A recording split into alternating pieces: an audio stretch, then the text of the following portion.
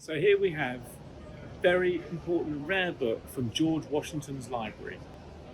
George Washington had a great library. The problem is most of them were all institutions. The National Library of Congress, the Athenaeum Society in Boston, or Mount Vernon Library, where his original house is now a museum. But a few got out, and this is one of them. All his books are signed on the title page, but importantly, upon his death, there was a census and a list made of all the books from his library, and this is on it. So we know 100% this is one of those original books from his library.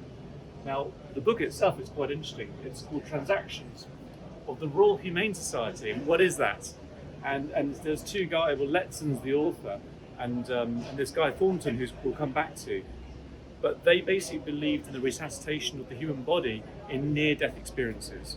So whether it be sort of near suicide or drownings, and they were talking about mouth-to-mouth resuscitations, massaging the heart to get the heart moving. So what we commonly call first aid today.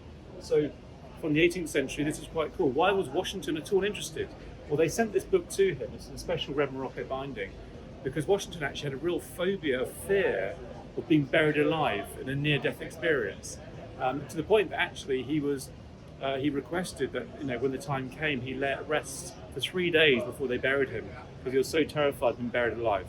So that's kind of the interest. He was sent this book, and he was sent it with Thornton, who is better known as the architect of the Capitol building, and that's how George Washington knew him. So Thornton knew Washington, and upon hearing of his demise and dying, Thornton rushed to Mount Vernon, wanting to basically practice some of the details of what's in this book, resuscitation. But Washington was very much dead at the time, and the family, not unreasonably, denied him access to try and to resurrect George Washington, who was clearly dead.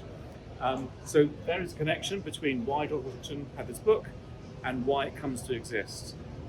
More importantly, the collectability of it. There have been only 4 or 5 examples of books from George Washington library to come to commerce, and this is one of them.